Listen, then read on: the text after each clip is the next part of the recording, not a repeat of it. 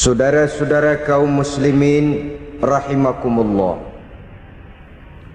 manusia selalu berusaha untuk mencapai apa yang menjadi cita-citanya di dalam kehidupan ini. Segala daya dan dana, seluruh waktu dan tenaga, segenap kemampuan dan kekuatan dikerahkan untuk mencapai apa yang dicita-citakan. Ada orang yang di dalam berusaha mencapai cita-citanya tetap berpegang teguh kepada kaedah dan norma-norma yang harus dipatuhinya, baik itu norma-norma kehidupan bermasyarakat, berbangsa dan bernegara, lebih-lebih lagi itu menyangkut norma-norma kehidupan beragama. Artinya, di dalam mencapai cita-citanya, dia tetap menghormati dan mentaati halal haram, mengenal hak dan batil, tahu mana yang boleh dan mana yang tidak boleh. Tetapi di lain pihak, tidak jarang, bahkan banyak sekali orang-orang yang di dalam usaha mencapai cita-citanya terjebak dalam prinsip menghalalkan segala macam cara untuk mencapai satu tujuan. Tidak ada lagi kaedah dan norma-norma yang harus ditaatinya. Ia tidak peduli dengan halal dan haram. Ia tidak kenal hak dan batil. Ia tidak tahu mana yang boleh dan mana yang tidak boleh. Segala cara dilaksanakan asal tujuan tercapai. Maka lahirlah orang-orang yang mengambil jalan pintas dan potong kompas dalam usaha mencapai apa yang menjadi cita-cita dan tujuan dalam kehidupannya. Begitulah kita lihat dalam kehidupan ini. Yang di bawah ingin cepat naik ke atas, sementara yang di atas bertahan tidak mau turun dari tahta dan singgasananya. Maka terjadilah benturan-benturan nilai dan kepentingan. Terbentuklah klik, klan, grup dan sindikat-sindikat yang menyerupai mafia, di mana nilai objektivitas sudah sangat sulit ditemukan. Yang celakanya lagi, lahirlah budaya jilat menjilat, upeti dan lain sebagainya asal tujuan bisa tercapai. Sementara itu yang miskin ingin cepat menjadi kaya, sedang yang kaya ingin menjadi lebih kaya lagi. Kalau boleh tidak hanya sekedar dia saja yang kaya, anaknya harus kaya, cucunya tidak boleh miskin dan kere, bahkan cucu daripada cucunya pun harus jadi orang-orang kaya. Ini keinginan yang wajar. Setiap orang tua tentu tidak ingin meninggalkan anak cucunya dalam keadaan miskin dan terlunta-lunta. Yang tidak wajar kalau keinginan itu membuat orang lalu menghalalkan segala macam cara, menyalahgunakan fasilitas yang dimilikinya, apalagi kalau dia berada dalam satu posisi di mana seharusnya dia memberikan contoh dan keteladanan. Maka akibatnya timbullah krisis wibawa, yang dari krisis wibawa ini mengendorlah disiplin. Sesungguhnya orang lalai, orang tidak mau berdisiplin karena di mukanya, di matanya, dalam pandangannya tidak ada lagi orang yang dianggapnya berwibawa. Dan wibawa itu hilang oleh karena orang merasa tidak ada keteladanan yang patut dijadikan contoh dalam kehidupannya. Inilah sesuatu yang kurang dirasakan di zaman kita sekarang ini. Bukan kurangnya teori, bukan kurangnya segala macam kaedah dan dalil, tetapi yang kita rasakan sekarang ini kurangnya contoh dan keteladanan dari orang-orang yang seharusnya memberikan contoh dan keteladanan itu. Berangkat dari sejarah dan kehidupan Rasulullah sallallahu alaihi wasallam, keberhasilan yang beliau peroleh, salah satu dasar utamanya ialah satunya kata dan perbuatan. Tidak bermental ganda, tidak bermain minyak di atas air, tidak menggunting dalam lipatan.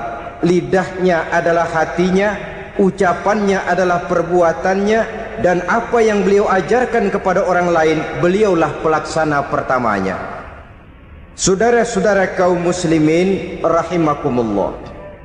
Sementara itu pada sisi lain, yang miskin ingin cepat menjadi kaya, maka ia terjebak dalam prinsip tujuan menghalalkan cara apapun saja dilaksanakan asal dia bisa segera menjadi kaya.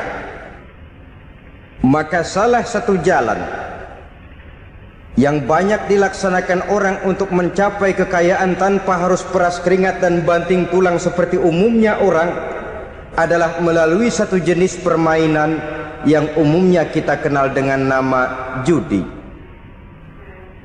Ada dua bentuk dan pola daripada judi. Walaupun seiring dengan kemajuan ilmu pengetahuan dan teknologi canggih, peradaban manusia semakin tinggi, maka jenis macam judi yang dimainkan oleh manusia ikut-ikut menjadi canggih. Tetapi pada umumnya ada dua jenis macam judi itu. Pertama, ada judi yang dilakukan secara langsung, dalam arti seorang petaruh berhadapan dengan bandar atau orang berhadapan dengan orang. Dari judi yang dilaksanakan secara langsung ini, efek negatif yang segera bisa kita lihat dengan nyata. Pertama, timbulnya rasa dendam dan permusuhan. Walaupun orang nampak duduk berhadap-hadapan, walaupun kelihatannya mereka tertawa satu sama lain, tapi yakinlah itu cuma sekedar kulit saja. Pikiran yang ada dalam benak tiap-tiap orang yang terlibat dalam perjudian tidak lain ialah bagaimana saya bisa mengalahkan lawan main saya. Akibatnya tentu bisa kita pastikan akan timbullah dendam dan permusuhan bagi yang kalah, akan timbullah rasa sombong dan menganggap remeh orang lain bagi yang menang. Yang kedua, lalainya orang kepada apa yang menjadi tanggung jawab dan kewajibannya. Orang bisa lupa kepada anak dan istri. Kalau kepada anak dan istri saja sudah bisa lupa, apalagi kepada yang lain, sebab anak dan istri memang merupakan bagian daripada kehidupan kita. Konon lagi saudara, konon lagi keluarga yang lain, anak istri saja bisa terlupakan oleh penyakit dan permainan yang bernama judi ini. Yang ketiga, hilangnya rasa sayang kepada harta. Harta yang didapatnya dengan peras keringat dan banting tulang, mungkin pergi pagi dan pulang sore. Setibanya dia di meja judi, apalagi uang tadi sudah bertukar dengan dalam bentuk koin, maka rasa sayang kepada harta itu tidak akan pernah ada lagi. Tetapi saudara-saudara, bagaimanapun juga, judi dalam artian langsung semacam ini hanya melibatkan orang-orang tertentu. Artinya selektif. Ada judi yang lebih berbahaya daripada jenis ini, perjudian massal. Taruhlah roulette dan kasino itu judi. Tetapi judi jenis roulette dan kasino ini bahayanya hanya untuk orang-orang tertentu yang memang sudah mapan, kelompok elit. Masa iya bocah angon di kampung main roulette? Apa ia yang tinggal di pinggir kali kenal kasino? Ya entahlah kalau kasino Prambos ya. Dari judi massal semacam ini lahirlah penyakit yang dinamakan tulul amal. Tulul amal, orang yang terlalu panjang angan-angan. Bukan tidak boleh orang bercita-cita, sebab cita-cita itu perlu. Katanya manusia tidak makan masih bisa hidup 1 bulan lebih. Manusia tidak minum masih bisa hidup 3 hari lebih. Tapi manusia tidak punya cita-cita 1 jam pun dia tidak akan bisa hidup. Karena faktor yang membuat kita bergairah menghadapi kehidupan, faktor yang mendorong kita untuk tetap berusaha dan tegar menghadapi resiko, karena adanya cita-cita di dalam kehidupan kita. Tetapi cita-cita tanpa direalisir dengan usaha, cita-cita yang tidak berangkat dari kemampuan yang ada, pada akhirnya hanya akan merupakan cita-cita yang mengawang, tidak akan terwujud dalam kenyataan, dan akan membentuk manusia menjadi orang yang tulul amal, panjang angan-angan, terlalu muluk keinginan, tidak berangkat dari kemampuan dan kesanggupan yang ada pada dirinya sendiri. Maka penyakit inilah yang telah menghasilkan dan melahirkan penghayal-penghayal kelas berat, tukang-tukang ngelamun kelas tinggi yang hidup di angkasa luar. Dan sejarah belum pernah mencatat ada orang menjadi kaya karena judi, itu belum pernah.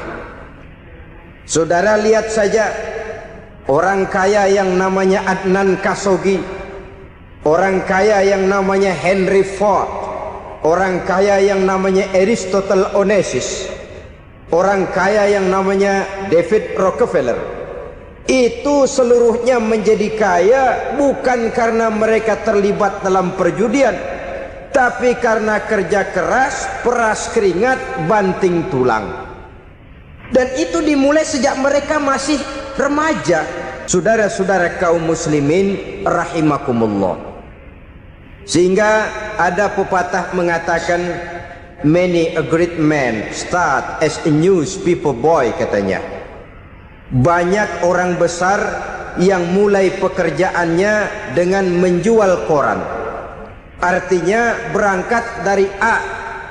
Banyak pengusaha mobil yang memulai pekerjaannya dari tukang cuci mobil, tapi lalu bertahap dan tegar menghadapi kenyataan, sehingga proses demi proses dia hadapi dengan tegar, dengan tabah, dengan sabar, dengan ulet, sampai kepada membuahkan hasil. Kita ingin pintas, kayaknya mau, usahanya tidak mau, senengnya mau, peras keringatnya tidak mau. Ini tentunya akan melahirkan kontradiksi di dalam kehidupan. Maka dari jenis perjudian massal semacam ini lahirlah penyakit tulul amal, panjang angan-angan, terlalu muluk cita-cita.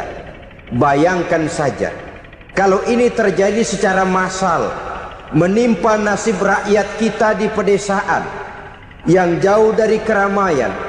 Tiap hari mereka didina-bobokkan oleh gambaran tentang akan diperolehnya uang dalam jumlah yang banyak dengan angka nol yang berentet. Tiap hari mereka melihat angka-angka itu. Mereka lambat laun akan terseret dalam arus tulul amal ini, panjang angan-angan, muluk cita-cita, hanya dengan mengandalkan meja perjudian. Akibatnya timbul penyakit yang kedua, yang ketiga, yaitu malas berusaha. Orang kalau sudah terlalu asik berkhayal, menghitung bintang di langit, malas berusaha. Kalau ada temannya kerja jadi buruh kasar, bawa hasil yang merupakan jerih payah dan peras keringat dia, satu minggu bergaji 10-15 ribu, diketawain. Apaan gaji lu 10 ribu, 15 ribu? Entar gua nih kalau ketembus 100 juta, entar. Yang 10.000 dan 15.000 keringat orang itu dihina, itu dicela. Tetapi dia selalu menghitung, entar nih gua. Entarnya wallahu a'lam. Saudara hadirin yang saya muliakan, timbullah sikap malas. Padahal di tengah negara sedang membangun di berbagai bidang kehidupan. Maka sifat malas ini merupakan musuh kita, baik mengejar kemiskinan, baik mengejar kebodohan dan keterbelakangan kita di sektor-sektor lainnya. Alangkah akan terganggunya roda pembangunan di negara kita ini jikalau sebagian besar rakyat dihinggapi oleh penyakit malas, yang malas ini dilatar belakangi oleh penyakit tulul amal, terlalu muluk angan-angan, yang angan-angan ini dinina-bobokkan oleh keinginan untuk mendapatkan untung yang besar tanpa peras keringat dan banting tulang. Sasaran yang lebih jauh, dan ini yang paling kita khawatirkan, hancurnya kubu-kubu pertahanan moral daripada bangsa kita. Kita sependapat bahwa lebih penting daripada membangun jembatan adalah membangun manusia yang membangun jembatan. Bahwa lebih penting daripada mengaspal jalan raya adalah membangun mental manusia yang melaksanakan pengaspalan itu. Dengan kata lain, membangun dan mempersiapkan manusia pembangunan. Tanpa itu, maka saya merasa khawatir kalau nanti kita tidak akan sampai kepada target yang kita harapkan oleh karena kandas di tengah jalan. Saudara-saudara kaum muslimin rahimakumullah, Islam sebagai agama yang mengajarkan manusia untuk berusaha dan mengeluarkan segala kemampuan untuk melaksanakan segala usahanya itu, sangat membenci sifat malas, sangat membenci sifat tulul amal atau panjang angan-angan. Dan oleh karena judi melahirkan dua sifat itu, Islam sangat menganjurkan pengikutnya untuk menjauhi segala macam jenis perjudian, baik yang terang-terangan maupun yang dilakukan secara samar-samar, tidak ketara, judi canggih sesuai dengan canggihnya teknologi daripada manusia itu sendiri. Ini adalah penyakit yang meracuni masyarakat manusia dari sejak berpribadi, bertetangga, berumah tangga, sampai kepada berbangsa dan bernegara. Dan kasus-kasus yang timbul sudah cukup banyak, yang tidak mungkin lagi kita katakan hanya sekedar bersifat kasuistis, bersifat kasus-kasus kecil saja. Sebelum riaknya naik ke permukaan, marilah kita membuat benteng untuk masing-masing pribadi muslim memelihara dan menjaga diri jangan terseret dalam permainan yang bernama judi, apapun bentuknya, bagaimanapun cara dan ragamnya. Karena jelas bahayanya lebih besar daripada manfaatnya. Taruhlah kita barangkali kemarin-marin hanyut dalam arus perjudian, tetapi hendaknya kita bisa mengambil pelajaran bahwa seorang mukmin adalah seorang yang apabila dia melakukan kesalahan, dia segera sadar, dijadikannya pelajaran untuk tidak diulanginya lagi pada masa-masa yang akan datang. Dengan sikap semacam itu, kita tidak lagi akan mengulangi kesalahan-kesalahan lama, dan grafik kehidupan kita dari hari ke hari akan makin menunjukkan hal-hal yang baik dan positif adanya. Saudara-saudara kaum muslimin rahimakumullah, kalau ABRI masuk desa, rakyat beruntung. Kalau jaksa masuk desa, rakyat bahagia. Kalau koran masuk desa, rakyat ikut jadi cerdas. Tapi kalau judi masuk desa, rakyat kiamat. Pembangunan akan terbengkalai, roda perekonomian akan lesu. Karena mestinya orang membelanjakan uang untuk sesuatu yang dia perlukan, akhirnya dia belanjakan untuk sesuatu yang dia tidak perlukan, karena gambaran, khayalan akan mendapat keuntungan yang jauh lebih besar lagi. Padahal istilah orang-orang tua kita dulu, lebih baik makan singkong betulan daripada makan roti ngimpi. Artinya uang yang 1.000-2.000 rupiah itu lebih baik dibelikan beras, dimasak, makan bersama anak dan istri, terasa nikmat dan halalnya, ketimbang beli kertas lalu ngelamun, menghayal, menghitung yang bukan-bukan. Itu kertas dibolak madep ulon, dibolak madep mudik, diputar sana, diputar sini, akhirnya palanya ikut muter. Kira-kira apa yang cocok? Masih belum puas, kertas dilihat, orang gila ditanyain. Sudah tahu waras, orang gila yang ditanya. Masih belum puas, nanya orang gila, tidur di kuburan. Allahu Akbar. Padahal di rumahnya tempat tidurnya empuk, anget, nggak ada nyamuk. Kuburan, tidur di kuburan.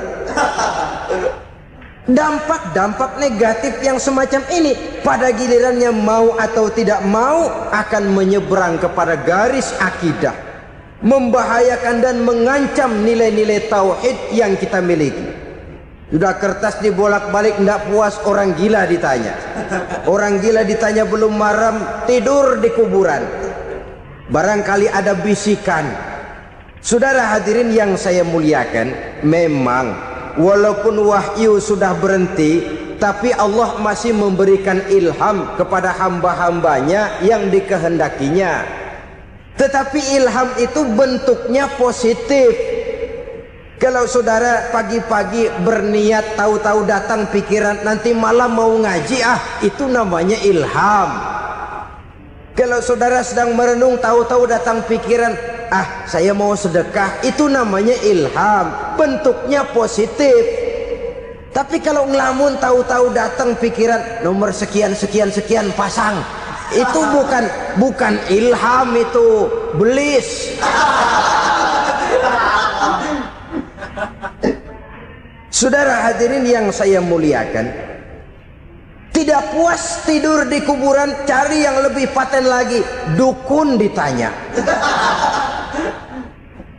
Nah, saya ingin menuduhkan persoalan. Apa tidak boleh orang ziarah kubur? Apa tidak boleh orang pergi ke dukun? Ini dalam kaitannya dengan judi, karena ini penyakit yang sudah merajalela, mewabah di kalangan masyarakat kita di lapisan yang bawah ini.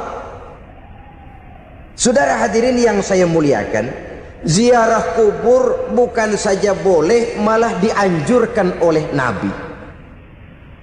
Tetapi ziarah kubur yang dianjurkan oleh Nabi itu dengan tujuan pertama, agar orang ingat kepada mati. Kafa bil mauti wa'izah, kata Nabi. Cukup dengan mengingat mati menjadi pelajaran bagi kamu semua. Maka etikanya diajarkan, kalau saudara ziarah kubur, sampai di depan pintu kubur itu kan, Assalamualaikum ya ahlal kubur wa inna insyaallahu bikum lahikun. Kami satu saat insya Allah pasti akan menyusul kamu. Kalau kamu sekarang berbaring di sini, satu saat kami akan berbaring di sini. Ziarah kubur mengingatkan orang kepada mati. Orang yang ingat kepada mati, gaya hidupnya lain dengan orang yang tidak ingat mati. Nah, orang kalau nggak ingat mati, gaya hidupnya nggak terkontrol. Kalau dia berkuasa, Fir'aun. Itu nggak ingat mati. Kalau dia kaya, Korun. Sudah gambarannya nggak merupakan gambaran-gambaran yang baik. Orang yang ingat mati, dia berkuasa, dia berlaku adil. Satu saat saya akan mati dan ini akan dimintakan pertanggungan jawab. Orang kaya ingat mati, dia akan jadi pemurah. Kenapa? Kalau saya diberikan ilmu, pertanyaan akhirat cuma satu, ilmumu kau amalkan untuk apa? Kalau saya diberikan umur panjang, pertanyaan akhirat cuma satu, umurmu kau habiskan di mana? Tapi jikalau saya diberikan harta, pertanyaan akhirat ada dua, hartamu kau dapat dari mana, kau belanjakan kemana? Depannya ditanya, belakangnya ditanya, dapat dari mana, dibelanjain kemana? Sebab dua-duanya berkaitan dengan kegiatan. Kadang-kadang dapatnya dari jalan yang baik, tapi keluarnya ke tempat yang tidak baik, itu pun tidak betul. Atau dapatnya dari yang tidak baik, tapi dibelanjakan untuk yang baik, itu pun tidak bisa diterima. Oleh karenanya, dengan mengingat mati, gaya hidup seseorang jadi terkontrol karenanya. Yang kedua, dianjurkan kita untuk berziarah kubur itu mendoakan orang-orang yang sudah meninggal. Mal mayyitu fi qabrihi illa kal gharikil mutaghawis, kata Nabi. Orang yang sudah meninggal itu di alam barzakhnya adalah seperti orang yang tenggelam di lautan, menunggu doa dari keluarganya yang masih hidup. Apakah itu anaknya, kemenakannya, cucunya, dan lain sebagainya. Adapun yang kalau kita ziarahi itu kuburnya orang-orang yang kita tahu merupakan orang soleh, orang yang berjiwa bersih, yang kita kenal ketakwaannya kepada Allah Subhanahu wa ta'ala, tidak ada salahnya kita bertabarruk, asal jangan dengan satu keyakinan bahwa dia secara mandiri bisa mendoakan kita. Dia hanya bisa melakukan itu hanya dengan izin Allah. Nah, umumnya orang kalau sudah ziarah ke kubur-kubur keramat itu Allahnya kelupaan. Itu yang dikhawatirkan merusak dan mengganggu akidah. Sehingga di awal-awal perkembangan Islam, Nabi pernah melarang orang ziarah kubur itu. Ini bisa kita simak dari hadis, kuntu nahaitukum an ziyaratil qabri fazuruha. Dahulu aku pernah melarang kamu untuk ziarah kubur, adapun sekarang kalau mau ziarah, ziarahlah kamu. Kata-kata dulu aku pernah melarang kamu itu menggambarkan bahwa pada permulaan perkembangan Islam, nilai keimanan para sahabat masih rapuh, masih lemah, masih memerlukan pembinaan. Sehingga kalau mereka sering ke kubur, dikhawatirkan mereka minta kepada kubur. Nah, tetapi tatkala nilai keimanannya sudah mapan, sudah kuat, kata Rasul, fazuruha. Adapun sekarang kalau mau pergi berziarah, ziarahlah kamu. Saudara hadirin yang saya muliakan, jadi jangan melupakan Allah. Saya bisa saja berkata, kalau saya misalnya pakai cincin, lalu saya bilang, saya sejak pakai cincin ini, jangan anak gadis, nenek-nenek ngelihat saya lemes. Atau sejak pakai cincin ini, dagangan laris bener. Cincin itu yang menggelincirkan akidah. Untuk tidak tergelincir, orang harus tidak melupakan Allah. Dia bisa berkata, alhamdulillah, Allah memberikan keistimewaan kepada batu cincin saya. Batu cincinnya tidak apa-apa, Allah yang memberikan keistimewaan. Ini dalam bentuk yang langsung. Dalam bentuk yang tidak langsung kita bisa lihat, misalnya kalau petani ditanya, oh ini bisa panen besar ini rahasianya apa Pak? Oh, pupuk urea. Pupuk urea. Nah, Allah nomor 16. Seorang petani yang baik keimanannya, dia akan berkata, kami bisa panen besar karena izin Allah. Lah kalau pupuknya mah pakai pupuk urea, izin Allahnya dulu, baru kemudian pupuknya nyusul. Jadi sebenarnya bukan cuma pergi ke dukun yang bisa merusak keimanan, pergi ke dokter juga bisa loh merusak keimanan. Kalau berkeyakinan bahwa dokter itulah yang memberikan sembuh, kenapa akidah saudara tidak tergelincir karenanya? Dokter hanya memberikan obat dan resep, sembuh itu datangnya dari Allah. Ini yang diungkapkan lewat lisan Nabi Ibrahim alaihissalam, wa idza maridtu fahuwa yashfini. Apabila aku sakit, dialah Allah yang memberikan sembuh. Memberikan sembuh. Jangan juga menyalahartikan ayat ini. Ada ayat begini sakit terus nekat. Udah nggak usah berobat dah, memang penyakit dari Tuhan, ntar waktunya baik ya baik ya. Udah ampeg terus dah. Orang yang berobat saja belum tentu sembuh, apalagi yang tidak berobat. Sama juga orang nggak sembahyang kita ajakin ngotot, lo juga yang sembahyang belum tentu masuk surga katanya. Lah yang sembahyang belum tentu masuk surga, bagaimana cengoran lo yang nggak sembahyang?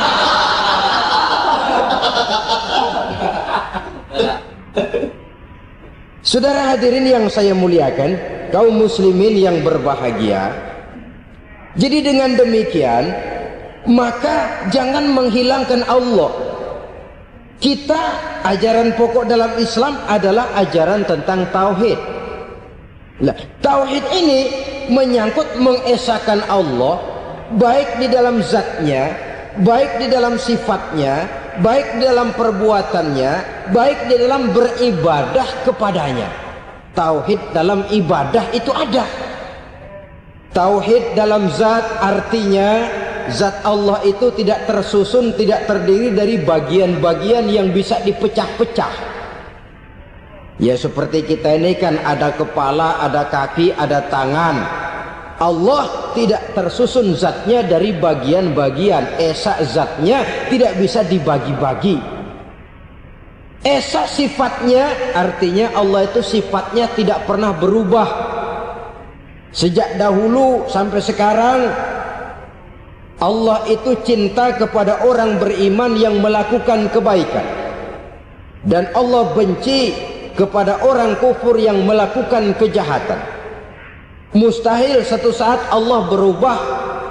Orang kufur yang berbuat kejahatan didemenin, orang mukmin yang berbuat kebaikan dikeselin. Misalnya tahun 2000 Tuhan giliran jengkel sama orang mukmin. Itu mustahil. Dia esa di dalam sifatnya. Lain dengan sifat kita manusia. Sifat kita ini kan relatif. Ada saatnya kita senang, lain saat yang kita senang betul kita caci maki. Hari ini kita caci maki, besok kita puji. Lihat teman kaya, habis kita omongin, boleh jadi dia kaya. Kenapa? Dukunnya 36. Begitu kita habis caci maki begitu, dia datang ngasih duit sama kita. Cacian itu bisa berubah menjadi pujian. Lu ya emang bukan main dah. Sifat kita itu relatif, bisa terpengaruh oleh situasi dan kondisi.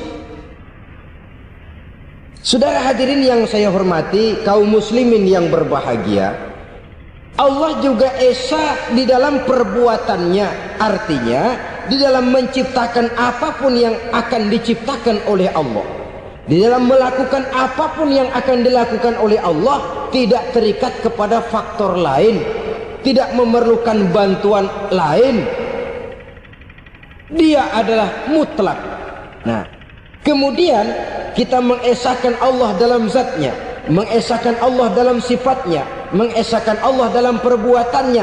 Belum tentu berarti kita mengesahkan Allah dalam ibadahnya. Sebab banyak orang yang yakin betul Allah itu esa, teguh dengan pendiriannya. Tuhan lu siapa? Allah. Allah bagaimana? Esa. Bagaimana kalau dua? Kagak.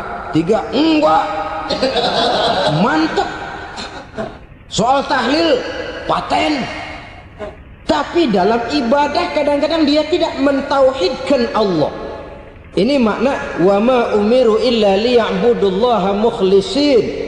Kami tidak memerintahkan kepadamu kecuali untuk beribadah kepadaku, kata Allah, dengan ikhlas. Beribadah kepada Allah dengan ikhlas itu artinya apa? Beribadah hanya untuk Allah saja. Nah, kalau hanya untuk Allah saja, lalu kita minta berdoa di depan kuburan orang yang soleh, apa syirik? Tidak syirik. Kalau kita berkeyakinan bahwa orang tempat kita memanjatkan doa itu hanya bisa mendoakan kita dengan izin Allah. Dia sendiri tidak punya kekuasaan apa-apa. Tanpa izin Allah dia tidak bisa berbuat apa-apa. Itu tidak menyebabkan orang menjadi syirik. Sama saja dengan kalau saya berkata tadi, alhamdulillah Allah telah memberikan keistimewaan kepada batu cincin saya. Apa salahnya Allah memberikan keistimewaan kepada benda-benda mati? Allah memberikan keistimewaan kepada Hajar Aswad, benda mati. Allah memberikan keistimewaan kepada Masjidil Haram, benda mati. Allah memberikan keistimewaan kepada Ka'bah, benda mati. Orang tawaf keliling Ka'bah, sembahyang di Masjidil Haram, sujud menghadap kepada Ka'bah. Apakah jadi syirik? Tidak. Kita tidak menyembah Ka'bahnya, kita menyembah yang punya Ka'bah itu. Nah, di sini kita lihat bahwa fungsi Ka'bah hanya merupakan wasilah. Tapi kalau Allahnya kita hilangkan, jadilah kita penyembah batu. Hanya saja batu itu berbentuk 4 bernama Ka'bah. Sa'i, orang yang melaksanakan haji, lari-lari antara Safa dan Marwah, amalan apa itu? Seakan-akan kita menghormati bukit-bukit, gunung-gunung. Tapi bukan itu yang kita tuju dalam pelaksanaan sa'i itu. Yang kita tuju adalah ini perintah Allah. Allahnya yang diutamakan. Maka hal semacam ini tidak menyebabkan orang menjadi syirik dan tergelincir dari tauhid. Tapi kalau ziarah kubur dengan niat cari buntutan, cari nomor yang cocok, ini niatnya saja sudah salah. Nah, kalau berangkat dengan niat yang salah, sampai di sana saya yakin, seyakin-yakinnya amalannya pasti salah. Lah, kubur yang diziarahin bukan kubur orang soleh. Ya mana ada orang soleh ngasih kode buntut. Ada juga orang salah, bukan orang soleh itu. Kadang-kadang dia nggak tahu kuburan siapa, nongkrong aja di situ. Memang sulit, saudara-saudara. Mental ya, namanya mental. Kalau memang mental sudah mental judi, apa saja bisa dijudiin. Jadi orang nggak perlu sebenarnya pemerintah terlalu gini, nggak usah. Kembali saja kepada mental. Kalau mental memang sudah mental judi, apaan aja bisa dijudiin. Pulang tengah malam nabrak babi, babi yang keluar nih.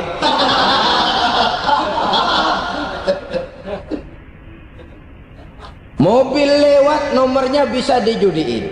Bajai lewat, bajai bisa dijudiin. Mental. Kalau memang mental sudah mental judi, apapun saja bisa dijudikan. Saudara hadirin yang saya muliakan, lalu bagaimana dengan dukun? Ya, saudara hadirin, pergi ke dukun hakikatnya sama dengan pergi ke dokter. Orang berusaha melaksanakan yang namanya syariat, hakikatnya kembalikan kepada Allah. Syariatnya kita laksanakan. Tetapi, nah ini tetapi, yang pertama saudara harus tahu betul dukunnya itu bayang apa enggak, agamanya kuat apa enggak. Sebab ya tentu tidak ada dukun yang jelek, karena pada umumnya penyakit dukun itu kan nyohor, iklan lewat koleha-kolehanya. Kita bisul kecil datang, kata dukun, ini si kecil kemarin bisul kayak kelapa 5 menit baik. 5 menit padahal kemarin kagak ada yang datang. Diolah sedemikian rupa supaya orang mantap. Jadi jangan asal sembarangan. Kadang-kadang lihat potongan dukunnya aja kita ngeri. Mukanya sudah kremot, nggak pernah tersentuh air wudhu. Jangankan air wudhu, mandi aja jarang. Yang kayak begini yang dipegang mati-matian, yang dipercayai habis-habisan, akan kita kemanakan tauhid kita ini? Apalagi kalau perginya sudah dengan niat mencari nomor yang jitu. Itu saya katakan lagi tadi, berangkat saja sudah dengan niat yang salah. Orang berusaha silakan. Sama juga kita ke dokter. Oleh dokter kan setelah diperiksa penyakit kita, lalu dianalisa, oh ini penyakitnya ini. Kemudian diberikan obat. Lah, obat itu kan tentu ada aturan minumnya tuh. Yang kapsul ini sehari 3 kali, yang tablet ini sehari 2 kali. Kalau kita minumnya kelebihan, overdosis namanya. Saking pengen cepet baik, sekali minum 10 tablet. Ya memang nggak sakit-sakit lagi, tapi nggak hidup sudah. Habis. Kita pun dalam melaksanakan amalan hidup beragama begitu. Saudara datang kepada kiai, orang-orang soleh, meminta amalan, wiridan, itu jangan sampai overdosis. Tidak sesuai dengan kemampuan pribadi. Wong masih SD sudah minta matematika kelas SMP, celeng. Baru SMP sudah minta diajarkan filsafat kelas perguruan tinggi, semaput. Kenapa? Daya tampungnya nggak kuat. Emang ukuran secangkir, minta di sini seember, ya luber. Lebihnya nggak cukup. Kenapa? Yang diberikan, yang diamalkan tidak sesuai dengan makomnya. tidak sesuai dengan kemampuan yang ada pada dirinya. Saudara hadirin yang saya muliakan, akhirnya apa? Mencelakakan dirinya sendiri, ngawur. Baru sembahyang seminggu udah ngaku ketemu malaikat. Oh, sembahyang ditemenin malaikat lah, sembahyang baru seminggu mulai. Tuh malaikat iseng amat. Ya walaupun kalau Allah izinkan tidak mustahil, tapi kan tidak logik. Orang yang melaksanakan ibadah puluhan tahun memerlukan riyadhah dan latihan, khusyuk dan tawadhu, penuh tazallul, merendahkan diri di hadapan Allah, belum tentu mendapat karunia yang semacam itu. Saudara hadirin yang saya muliakan, jadi dengan kata lain, yang pertama, lihatlah dulu kualitas dukun yang akan saudara datangi itu.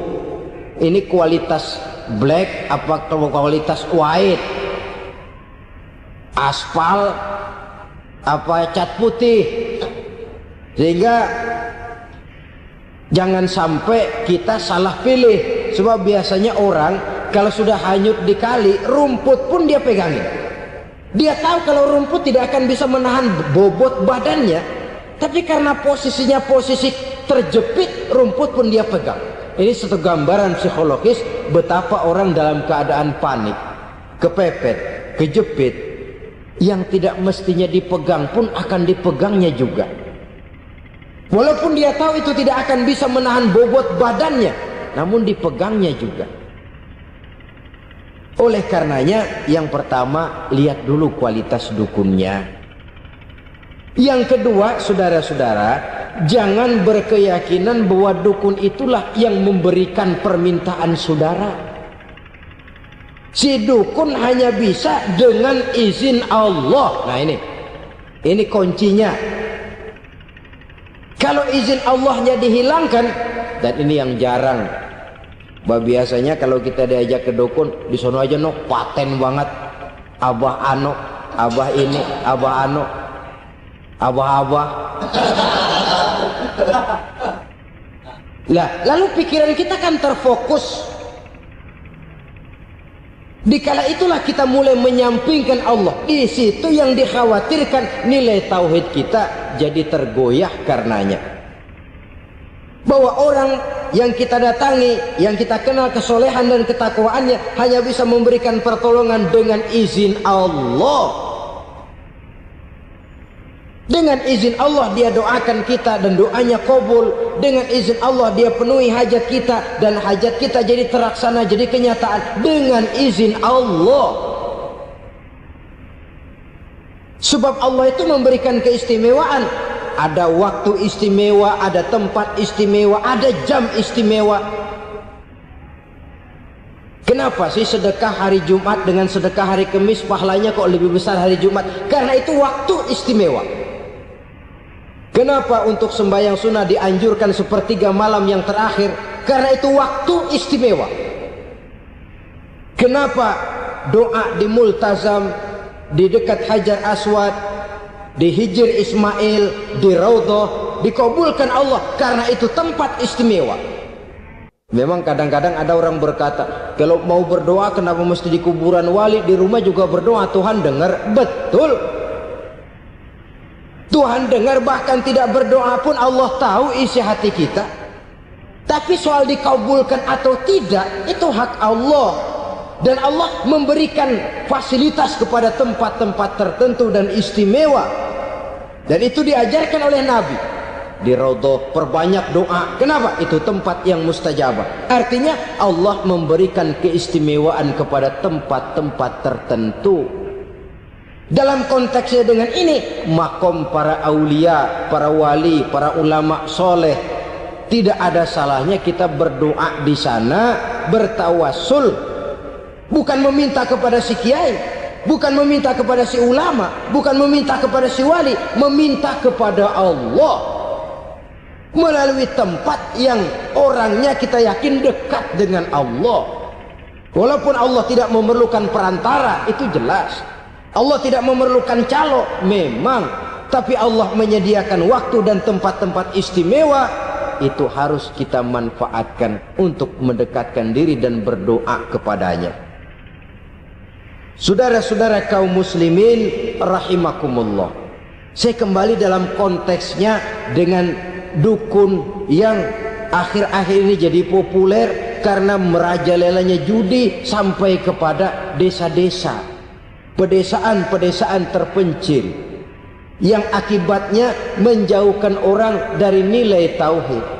Padahal benar kalau orang berkata kadzabal munajjimun walau sodaku, tukang-tukang ramal itu bohong walaupun benar.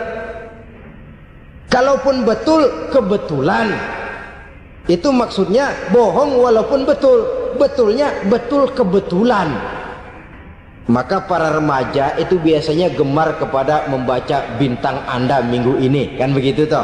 Nah, apa Aries, apa Virgo, apa Leo dan sebagainya, dan itu memang menarik untuk dibaca.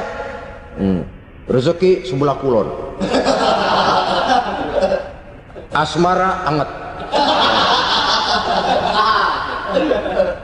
Saudara hadirin, hal yang semacam ini boleh saja untuk dibaca, tapi tidak untuk diyakini kebenarannya. Boleh saja untuk dibaca, tapi tidak untuk diyakini kebenarannya. Karena meyakini kebenarannya sama saja dengan mendahului Allah. Dan itu bisa menggelincirkan nilai-nilai tauhid kita. Tauhid dalam ibadah saya katakan tadi, menyembah hanya kepada Allah, bermohon hanya kepada Allah dengan menggunakan fasilitas-fasilitas yang disediakan oleh Allah, baik berupa waktu maupun tempat-tempat tertentu. Dan orang-orang, kalau waktu dan tempat saja ada yang diberikan keistimewaan oleh Allah, padahal tempat itu benda mati, apalagi manusia yang merupakan makhluk hidup. Saudara hadirin yang saya muliakan, saudara-saudara kaum muslimin yang berbahagia, sehingga dengan demikian kita tetap menjaga nilai-nilai akidah. Dan dengan ini syariat kita laksanakan tanpa membuang hakikat. Sebab hakikat tanpa syariat itu kosong. Syariat tanpa hakikat juga tidak ada tujuan. Yang penting hati bersih, nggak sembahyang nggak apa-apa. Mana bisa begitu, Mas? Kalau memang hati bersih nggak usah sembahyang nggak apa-apa. Nabi Muhammad dulu berhenti dong sembahyang. Sebab beliau orang yang hatinya paling bersih. Nah, orang yang hatinya paling bersih saja sembahyang yang nggak berhenti, masa kita lalu mau berhenti? Yang penting kan kita bisa dekat dengan Allah melalui perasaan, banyak-banyak ingat. Apa itu sembahyang? Macam-macam. Itu hakikat saja tanpa syariat, ia tidak bisa. Syariat saja tanpa hakikat juga gerak lahir yang tanpa roh namanya. Kita melakukan sholat tapi kita tidak tahu untuk apa kita sholat dan kenapa kita sholat dan siapa yang kita sembah di dalam kita sholat. Sehingga dengan demikian keduanya tidak bisa terpisahkan satu sama lain, seperti halnya kulit dan isi. Barangkali pernah saya ingatkan, kulit penting, isi pun juga penting. Hakikat penting, syariat juga penting. Dan kita jangan salah mengartikan, terjebak dalam ucapan-ucapan yang masih memerlukan penafsiran, sehingga lalu kita cenderung mendiskreditkan dan menjelekkan para wali. Misalnya ada ucapannya Syekh Abdul Qadir Jailani yang berkata begini: barang siapa yang masuk ke rumahku lalu ia memakan makananku, maka ia akan masuk surga. Ini kalau ucapan ini dipahami secara apa adanya, ya jelas orang bisa tergelincir. Tapi kalau ditafsirkan secara betul, siapa yang masuk ke dalam rumahku? Di mana rumah Syekh Abdul Qadir? Di mana umumnya rumah para wali? Di masjid. Jadi siapa yang masuk ke dalam rumahku? Masjid. Lah kalau sudah di dalam masjid, makanannya apa? Getuk. Tentu saja tidak. Kalau sudah di masjid itu ya makanannya ya wirid, zikir, tahajud, baca Quran, paling kurang iktikaf. Jadi siapa yang masuk ke masjid lalu dia sujud, wirid, zikir, ya jelas saja surga. Jangan membaca ucapan ini lantas rame-rame nyari bekas rumah Syekh Abdul Qadir, rame-rame masuk ya rumah kecil. Saudara hadirin, kita terlalu terpaku kepada materi ucapan dan melupakan filsafat daripada ucapan itu sendiri. Dalam kondisi yang sedemikian sangat boleh jadi orang lalu tergelincir karenanya. Oleh karena itulah saudara-saudara, saya kembali kepada satu prinsip, bahwa sebenarnya dengan tidak perlu menyalahkan pihak-pihak lain, mari kita kembali kepada sikap mental kita sebagai muslim. Kalau mental memang sudah mental penjudi, apapun bisa dijudikan. Tapi kalau mental itu tidak ada, walaupun di kiri kanan dan depan belakang banyak dibuka tempat-tempat perjudian, saya yakin kita akan mampu menahan dan menjaga diri. Sikap mental inilah yang memerlukan pembinaan dari kita semua. Sehingga dengan demikian kita akan menjadi pribadi-pribadi yang bisa bertahan dari segala gempuran-gempuran yang datang dari luar karena adanya prinsip ketahanan mental itu tadi. Sekali lagi saya ingatkan bahwa judi selamanya tidak akan pernah mendatangkan kebahagiaan. Judi tidak akan membuat orang menjadi kaya. Judi tidak akan membuat orang makin akrab berteman dan bersaudara.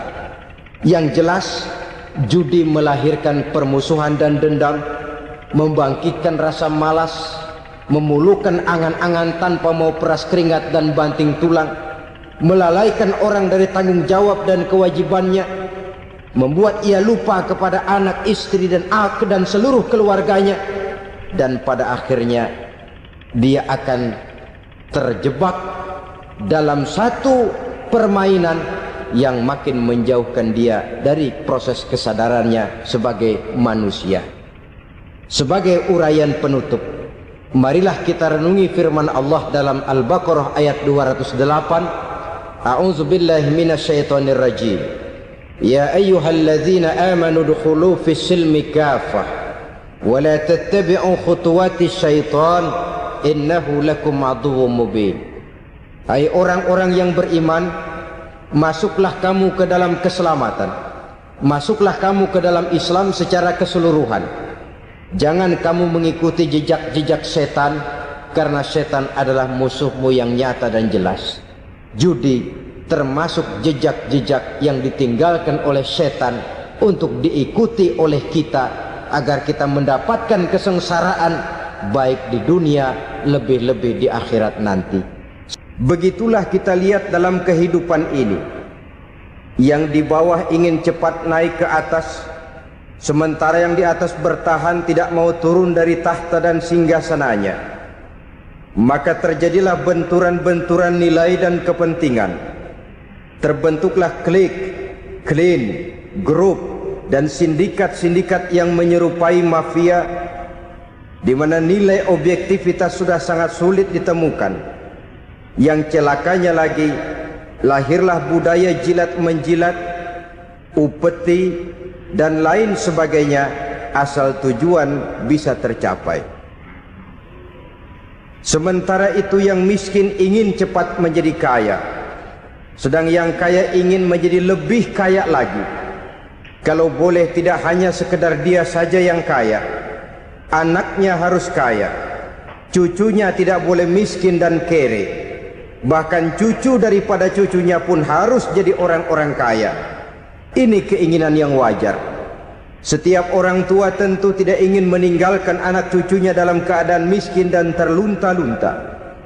Yang tidak wajar kalau keinginan itu membuat orang lalu menghalalkan segala macam cara, menyalahgunakan fasilitas yang dimilikinya, apalagi kalau dia berada dalam satu posisi di mana seharusnya dia memberikan contoh dan keteladanan. Maka akibatnya timbullah krisis wibawa, yang dari krisis wibawa ini mengendorlah disiplin. Sesungguhnya orang lalai Orang tidak mau berdisiplin karena di mukanya, di matanya, dalam pandangannya tidak ada lagi orang yang dianggapnya berwibawa. Dan wibawa itu hilang oleh karena orang merasa tidak ada keteladanan yang patut dijadikan contoh dalam kehidupannya. Inilah sesuatu yang kurang dirasakan di zaman kita sekarang ini. Bukan kurangnya teori, bukan kurangnya segala macam kaedah dan dalil, tetapi yang kita rasakan sekarang ini kurangnya contoh dan keteladanan dari orang-orang yang seharusnya memberikan contoh dan keteladanan itu. Berangkat dari sejarah dan kehidupan Rasulullah sallallahu alaihi wasallam, keberhasilan yang beliau peroleh, salah satu dasar utamanya ialah satunya kata dan perbuatan. Tidak bermental ganda, tidak bermain minyak di atas air, tidak menggunting dalam lipatan. Lidahnya adalah hatinya, ucapannya adalah perbuatannya, dan apa yang beliau ajarkan kepada orang lain, beliaulah pelaksana pertamanya. Saudara-saudara kaum muslimin rahimakumullah, sementara itu pada sisi lain, yang miskin ingin cepat menjadi kaya, maka ia terjebak dalam prinsip tujuan menghalalkan cara apapun saja dilaksanakan asal dia bisa segera menjadi kaya. Maka salah satu jalan yang banyak dilaksanakan orang untuk mencapai kekayaan tanpa harus peras keringat dan banting tulang seperti umumnya orang adalah melalui satu jenis permainan yang umumnya kita kenal dengan nama judi. Ada dua bentuk dan pola daripada judi. Walaupun seiring dengan kemajuan ilmu pengetahuan dan teknologi canggih, peradaban manusia semakin tinggi, maka jenis macam judi yang dimainkan oleh manusia ikut-ikut menjadi canggih. Tetapi pada umumnya ada dua jenis macam judi itu. Pertama, ada judi yang dilakukan secara langsung, dalam arti seorang petaruh berhadapan dengan bandar atau orang berhadapan dengan orang. Dari judi yang dilaksanakan secara langsung ini, efek negatif yang segera bisa kita lihat dengan nyata, pertama, timbulnya rasa dendam dan permusuhan. Walaupun orang nampak duduk berhadap-hadapan, walaupun kelihatannya mereka tertawa satu sama lain, tapi yakinlah itu cuma sekedar kulit saja. Pikiran yang ada dalam benak tiap-tiap orang yang terlibat dalam perjudian tidak lain ialah bagaimana saya bisa mengalahkan lawan main saya. Akibatnya tentu bisa kita pastikan, akan timbullah dendam dan permusuhan bagi yang kalah, akan timbullah rasa sombong dan menganggap remeh orang lain bagi yang menang. Yang kedua, lalainya orang kepada apa yang menjadi tanggung jawab dan kewajibannya. Orang bisa lupa kepada anak dan istri. Kalau kepada anak dan istri saja sudah bisa lupa, apalagi kepada yang lain, sebab anak dan istri memang merupakan bagian daripada kehidupan kita. Konon lagi saudara, konon lagi keluarga yang lain, anak istri saja bisa terlupakan oleh penyakit dan permainan yang bernama judi ini. Yang ketiga, hilangnya rasa sayang kepada harta. Harta yang didapatnya dengan peras keringat dan banting tulang, mungkin pergi pagi dan pulang sore. Setibanya dia di meja judi, apalagi uang tadi sudah bertukar dengan dalam bentuk koin, maka rasa sayang kepada harta itu tidak akan pernah ada lagi. Tetapi saudara-saudara, bagaimanapun juga, judi dalam artian langsung semacam ini hanya melibatkan orang-orang tertentu. Artinya selektif. Ada judi yang lebih berbahaya daripada jenis ini, perjudian massal. Taruhlah roulette dan kasino itu judi. Tetapi judi jenis roulette dan kasino ini bahayanya hanya untuk orang-orang tertentu yang memang sudah mapan, kelompok elit. Masa iya bocah angon di kampung main roulette? Apa ia yang tinggal di pinggir kali kenal kasino? Ya entahlah kalau kasino Prambos ya.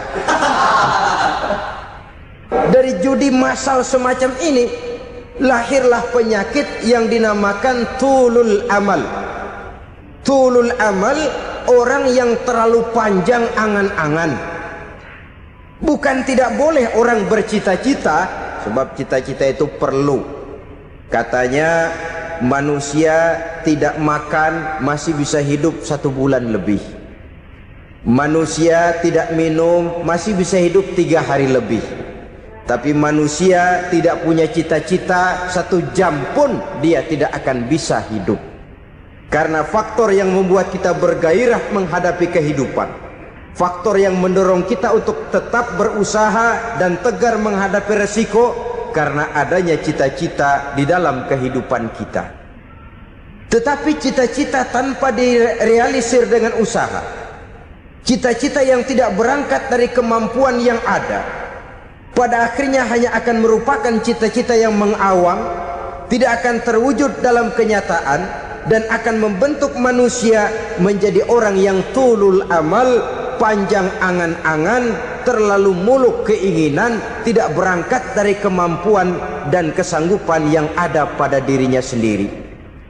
Maka penyakit inilah yang telah menghasilkan dan melahirkan penghayal-penghayal kelas berat, tukang-tukang ngelamun kelas tinggi yang hidup di angkasa luar. Dan sejarah belum pernah mencatat ada orang menjadi kaya karena judi, itu belum pernah. Saudara lihat saja orang kaya yang namanya Adnan Khashoggi, orang kaya yang namanya Henry Ford, orang kaya yang namanya Aristotle Onassis, orang kaya yang namanya David Rockefeller. Itu seluruhnya menjadi kaya bukan karena mereka terlibat dalam perjudian, tapi karena kerja keras, peras keringat, banting tulang. Dan itu dimulai sejak mereka masih remaja. Saudara-saudara kaum muslimin rahimakumullah. Sehingga ada pepatah mengatakan, many a great man start as a newspaper boy, katanya. Banyak orang besar yang mulai pekerjaannya dengan menjual koran. Artinya berangkat dari A. Banyak pengusaha mobil yang memulai pekerjaannya dari tukang cuci mobil, tapi lalu bertahap dan tegar menghadapi kenyataan, sehingga proses demi proses dia hadapi dengan tegar, dengan tabah, dengan sabar, dengan ulet, sampai kepada membuahkan hasil. Kita ingin pintas, kayaknya mau, usahanya tidak mau, senengnya mau, peras keringatnya tidak mau. Ini tentunya akan melahirkan kontradiksi di dalam kehidupan. Maka dari jenis perjudian massal semacam ini lahirlah penyakit tulul amal, panjang angan-angan, terlalu muluk cita-cita.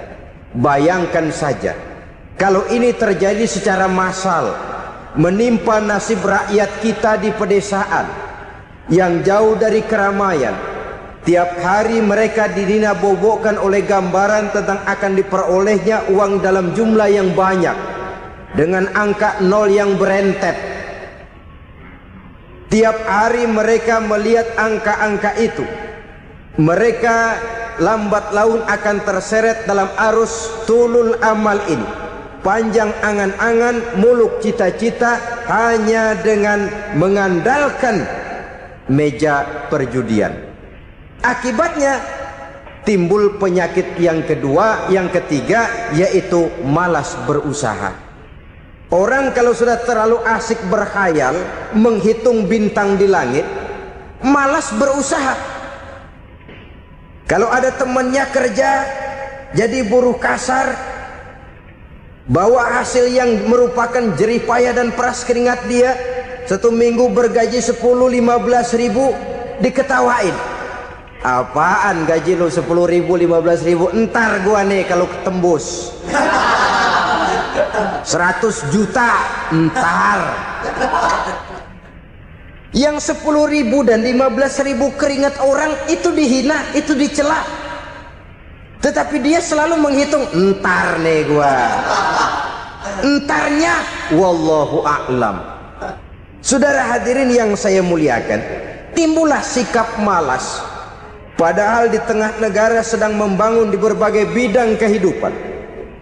Maka sifat malas ini merupakan musuh kita, baik mengejar kemiskinan, baik mengejar kebodohan dan keterbelakangan kita di sektor-sektor lainnya. Alangkah akan terganggunya roda pembangunan di negara kita ini jikalau sebagian besar rakyat dihinggapi oleh penyakit malas, yang malas ini dilatar belakangi oleh penyakit tulul amal, terlalu muluk angan-angan, yang angan-angan ini dininabobokan oleh keinginan untuk mendapatkan untung yang besar tanpa peras keringat dan banting tulang. Sasaran yang lebih jauh, dan ini yang paling kita khawatirkan, hancurnya kubu-kubu pertahanan moral daripada bangsa kita. Kita sependapat bahwa lebih penting daripada membangun jembatan adalah membangun manusia yang membangun jembatan. Bahwa lebih penting daripada mengaspal jalan raya adalah membangun mental manusia yang melaksanakan pengaspalan itu. Dengan kata lain, membangun dan mempersiapkan manusia pembangunan. Tanpa itu, maka saya merasa khawatir kalau nanti kita tidak akan sampai kepada target yang kita harapkan oleh karena kandas di tengah jalan. Saudara-saudara kaum muslimin rahimakumullah, Islam sebagai agama yang mengajarkan manusia untuk berusaha dan mengeluarkan segala kemampuan untuk melaksanakan segala usahanya itu, sangat membenci sifat malas, sangat membenci sifat tulul amal atau panjang angan-angan.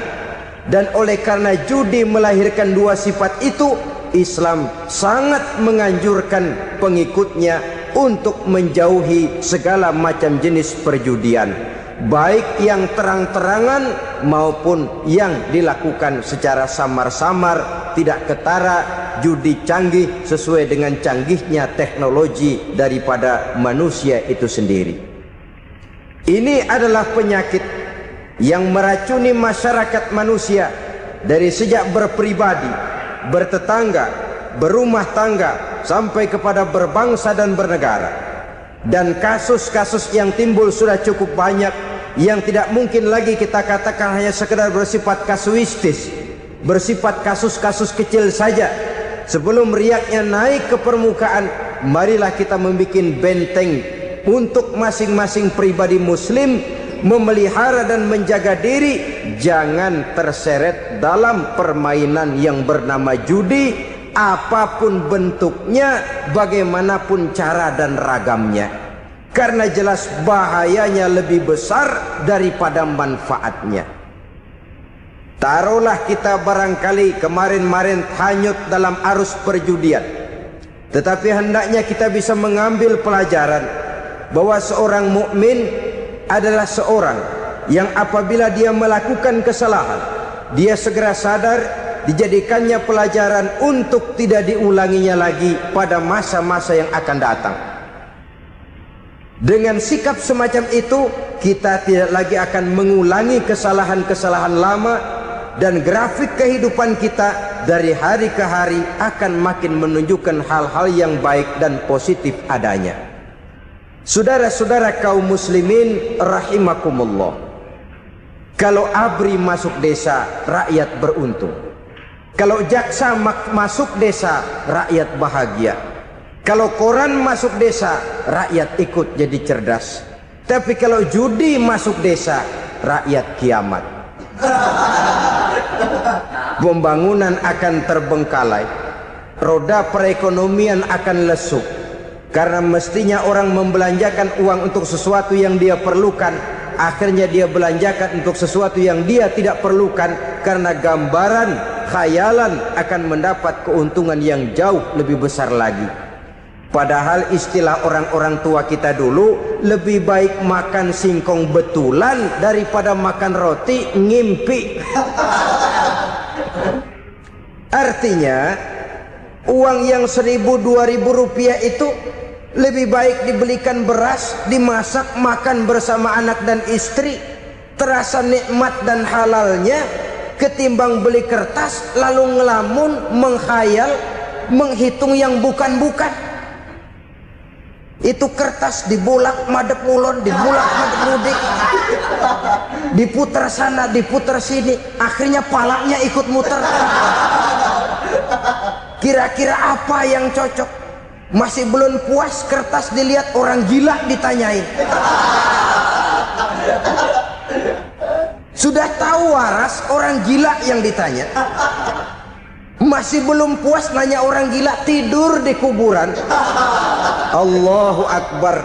Padahal di rumahnya tempat tidurnya empuk, anget, nggak ada nyamuk. Kuburan, tidur di kuburan. Dampak-dampak negatif yang semacam ini pada gilirannya mau atau tidak mau akan menyeberang kepada garis akidah, membahayakan dan mengancam nilai-nilai tauhid yang kita miliki. Sudah kertas dibolak-balik, tidak puas, orang gila ditanya. Orang gila ditanya belum maram, tidur di kuburan. Barangkali ada bisikan. Saudara hadirin yang saya muliakan, memang walaupun wahyu sudah berhenti, tapi Allah masih memberikan ilham kepada hamba-hambanya yang dikehendakinya. Tetapi ilham itu bentuknya positif. Kalau saudara pagi-pagi berniat, tahu-tahu datang pikiran nanti malam mau ngaji, itu namanya ilham. Kalau saudara sedang merenung, tahu-tahu datang pikiran, saya mau sedekah, itu namanya ilham, bentuknya positif. Tapi kalau ngelamun, tahu-tahu datang pikiran nomor sekian sekian sekian pasang, itu bukan ilham, itu belis. Saudara hadirin yang saya muliakan, tidak puas tidur di kuburan, cari yang lebih paten lagi, dukun ditanya. Nah, saya ingin menuduhkan persoalan. Apa tidak boleh orang ziarah kubur? Apa tidak boleh orang pergi ke dukun? Ini dalam kaitannya dengan judi, karena ini penyakit yang sudah merajalela, mewabah di kalangan masyarakat kita di lapisan yang bawah ini. Saudara hadirin yang saya muliakan, ziarah kubur bukan saja boleh, malah dianjurkan oleh Nabi. Tetapi ziarah kubur yang dianjurkan oleh Nabi itu dengan tujuan pertama, agar orang ingat kepada mati. Kafa bil mauti wa'izah, kata Nabi. Cukup dengan mengingat mati menjadi pelajaran bagi kamu semua. Maka etikanya diajarkan, kalau saudara ziarah kubur, sampai di depan pintu kubur itu kan, Assalamualaikum ya ahlal kubur wa inna insyaallahu bikum lahikun. Kami satu saat insya Allah pasti akan menyusul kamu. Kalau kamu sekarang berbaring di sini, satu saat kami akan berbaring di sini. Ziarah kubur mengingatkan orang kepada mati.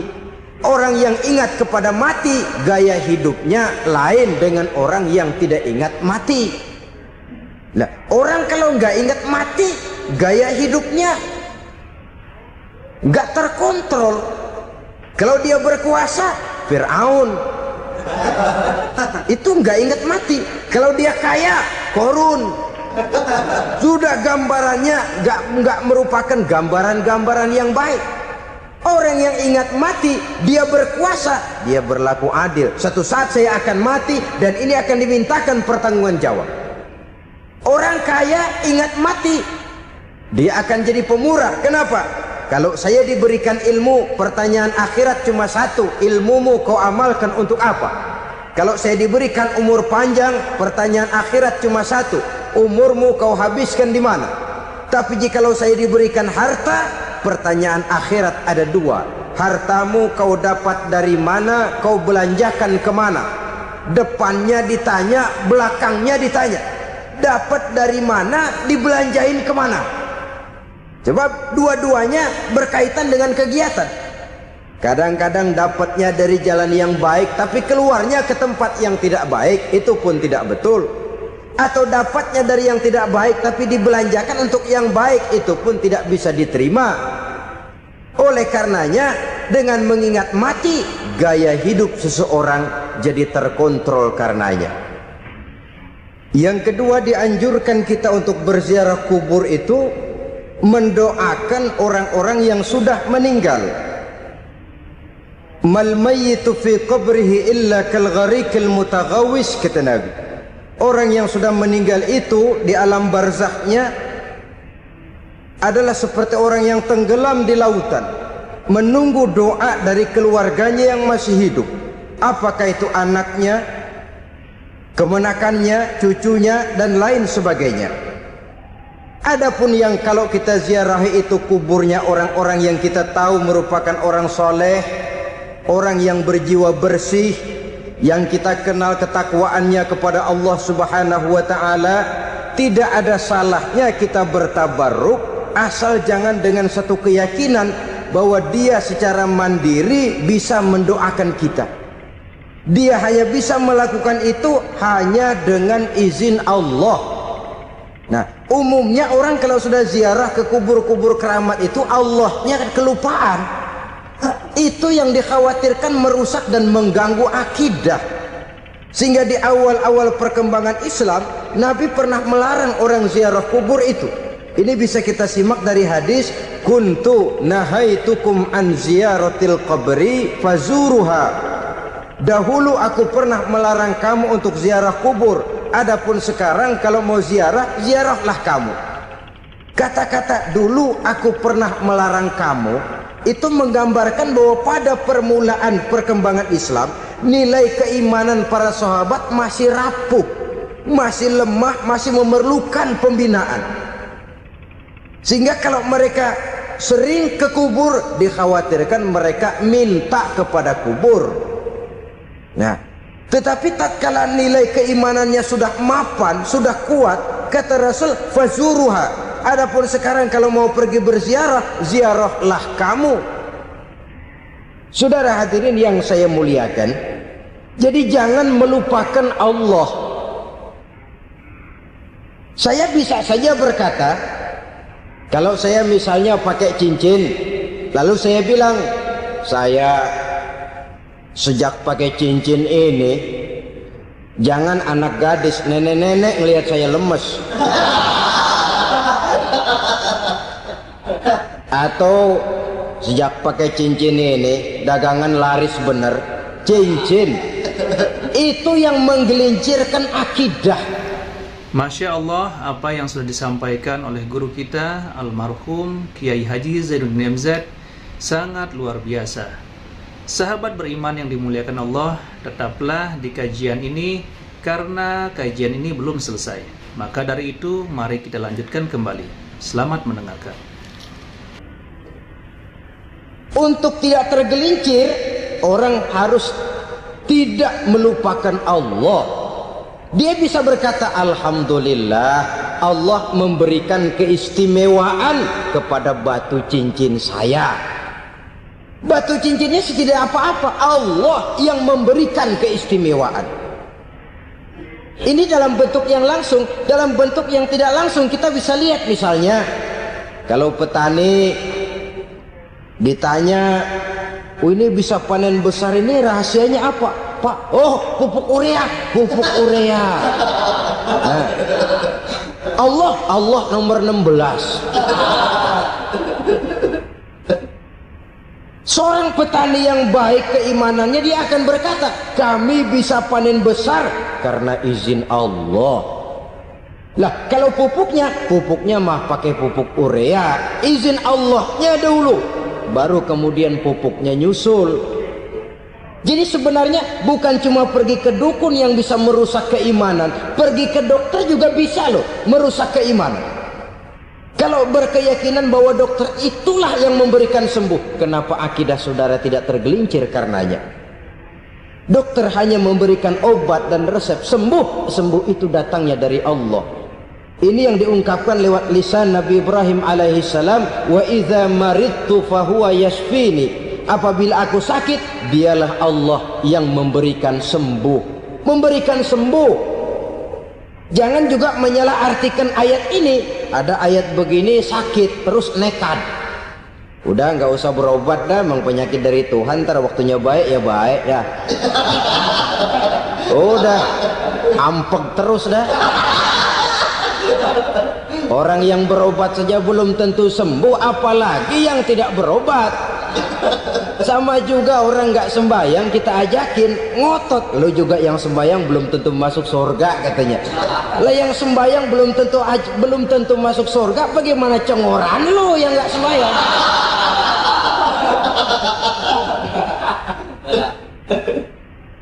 Saudara hadirin yang saya muliakan, kaum muslimin yang berbahagia. Jadi dengan demikian, maka jangan menghilangkan Allah. Kita, ajaran pokok dalam Islam adalah ajaran tentang tauhid. Nah, tauhid ini menyangkut mengesahkan Allah, baik di dalam zatnya, baik di dalam sifatnya, baik di dalam perbuatannya, baik di dalam beribadah kepadanya. Tauhid dalam ibadah itu ada. Tauhid dalam zat artinya zat Allah itu tidak tersusun, tidak terdiri dari bagian-bagian yang bisa dipecah-pecah. Ya seperti kita ini kan ada kepala, ada kaki, ada tangan. Allah tidak tersusun zatnya dari bagian-bagian. Esa zatnya tidak bisa dibagi-bagi. Esa sifatnya artinya Allah itu sifatnya tidak pernah berubah. Sejak dahulu sampai sekarang Allah itu cinta kepada orang beriman yang melakukan kebaikan, dan Allah benci kepada orang kufur yang melakukan kejahatan. Mustahil satu saat Allah berubah. Orang kufur yang berbuat kejahatan didemenin, orang mukmin yang berbuat kebaikan dikeselin. Misalnya tahun 2000 Tuhan giliran jengkel sama orang mukmin. Itu mustahil. Dia esa di dalam sifatnya. Lain dengan sifat kita manusia. Sifat kita ini kan relatif. Ada saatnya kita senang, lain saat yang kita senang betul kita caci maki. Hari ini kita caci maki, besok kita puji. Lihat teman kaya, habis kita omongin, boleh jadi dia kaya. Kenapa? Dukunnya 36. Begitu kita habis caci maki begitu, dia datang ngasih duit sama kita. Cacian itu bisa berubah menjadi pujian. Lu ya emang bukan main dah. Sifat kita itu relatif, bisa terpengaruh oleh situasi dan kondisi.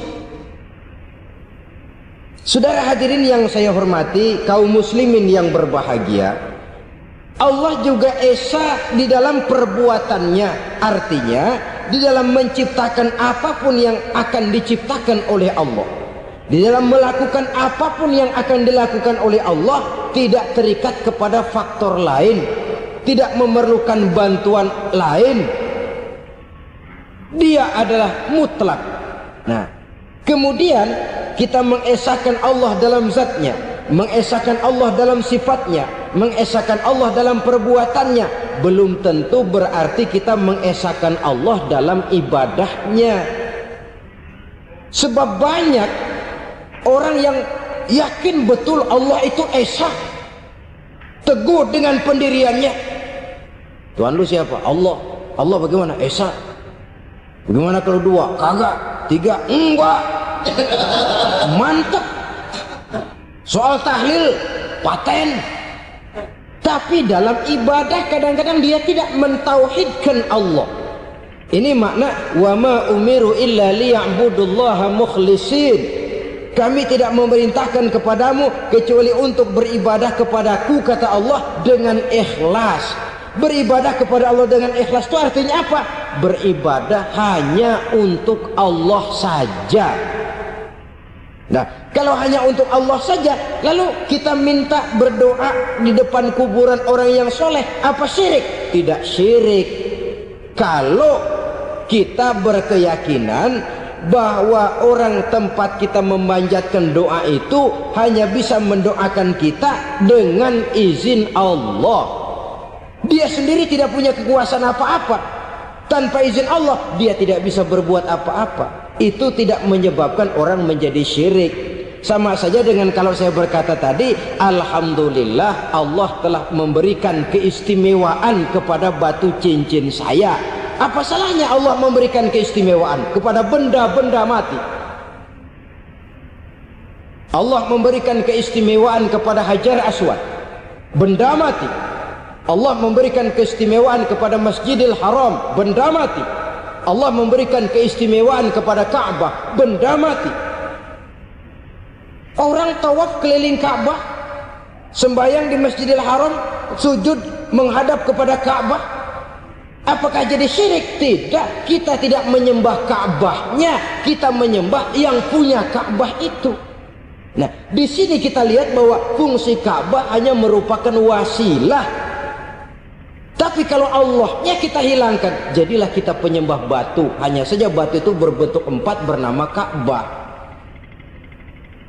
Sa'i, orang yang melaksanakan haji, lari-lari antara Safa dan Marwah, amalan apa itu? Seakan-akan kita menghormati bukit-bukit, gunung-gunung. Tapi bukan itu yang kita tuju dalam pelaksanaan sa'i itu. Yang kita tuju adalah ini perintah Allah. Allahnya yang diutamakan.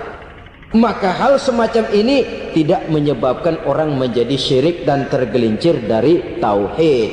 Tapi kalau ziarah kubur dengan niat cari buntutan, cari nomor yang cocok, ini niatnya saja sudah salah. Nah, kalau berangkat dengan niat yang salah, sampai di sana saya yakin, seyakin-yakinnya amalannya pasti salah.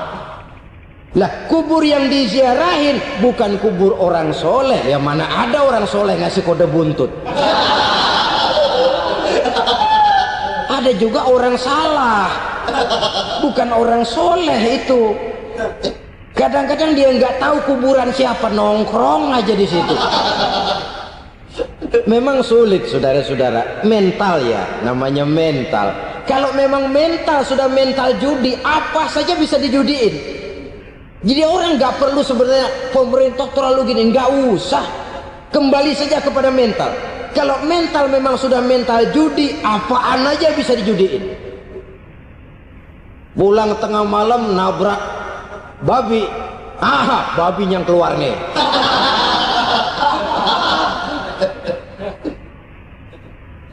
Mobil lewat nomornya bisa dijudiin. Bajai lewat bajai bisa dijudiin. Mental. Kalau memang mental sudah mental judi, apapun saja bisa dijudikan. Saudara hadirin yang saya muliakan, lalu bagaimana dengan dukun? Ya, saudara hadirin, pergi ke dukun hakikatnya sama dengan pergi ke dokter. Orang berusaha melaksanakan yang namanya syariat, hakikatnya kembalikan kepada Allah. Syariatnya kita laksanakan. Tetapi, nah ini tetapi, yang pertama saudara harus tahu betul dukunnya itu bayang apa enggak, agamanya kuat apa enggak.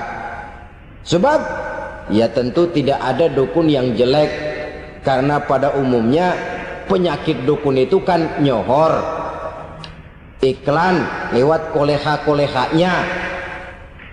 Kita bisul kecil datang, kita dukun, ini si kecil kemarin bisul kayak kelapa 5 menit baik. 5 menit padahal kemarin kagak ada yang datang. Diolah sedemikian rupa supaya orang mantap. Jadi jangan asal sembarangan. Kadang-kadang lihat potongan dukunnya aja kita ngeri. Mukanya sudah klemot, nggak pernah tersentuh air wudhu. Jangankan air wudhu, mandi aja jarang. Yang kayak begini yang dipegang mati-matian, yang dipercayai habis-habisan, akan kita kemanakan tauhid kita ini? Apalagi kalau perginya sudah dengan niat mencari nomor yang jitu, Itu saya katakan lagi tadi, berangkat saja sudah dengan niat yang salah.